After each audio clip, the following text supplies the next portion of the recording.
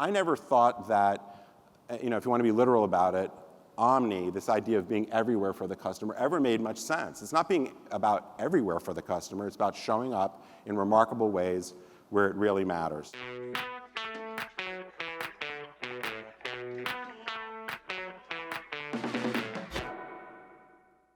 But it is fundamentally this notion of one brand, many channels. And the harmonized piece, and the reason why I like the term harmonized, is this idea of eliminating the discordant notes or pain points or friction points in the customer's journey.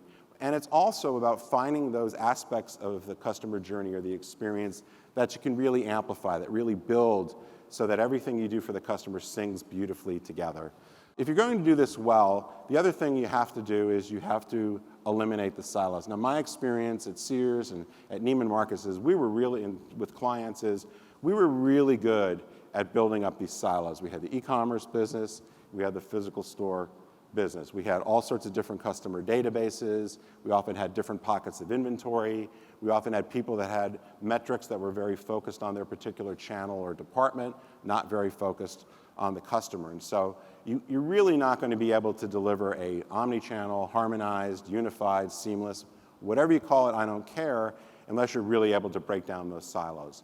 I think some of the companies that are really, really interesting to look at that have really embraced this blur between the channels and have not even really worried about it are a lot of these digitally native vertical brands.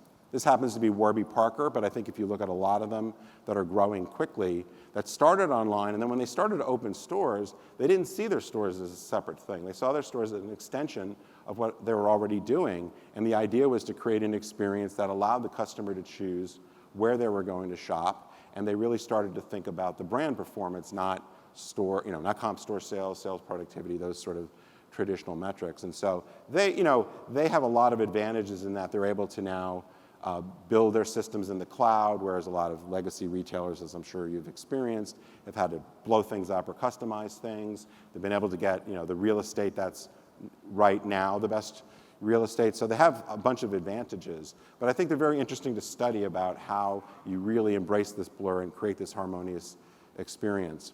But I think there are quite a few retailers, Best Buy, Target, Walmart, that many were very, very worried about a few years ago in terms of how the growth of e-commerce and Amazon and so forth would affect them, that have actually managed to turn things around and in some cases are posting some really good numbers.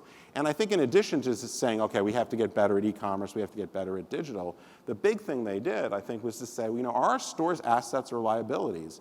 If they're liabilities, then they're things to think about closing, cost to manage. If they're assets, they're things you invest in. And you start to say, well, okay, if the customer is engaged in this harmonious experience, that they're shopping in all these different channels, going back and forth, it's all a blur, how do we invest in our stores and use our stores to really create a better experience in concert with whatever may be going on through digital channels?